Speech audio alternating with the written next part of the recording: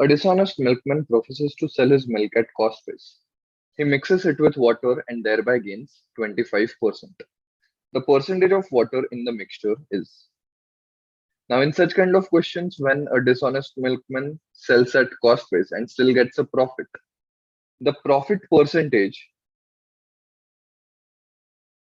its ratio equivalent, is equivalent to the ratio of water to milk.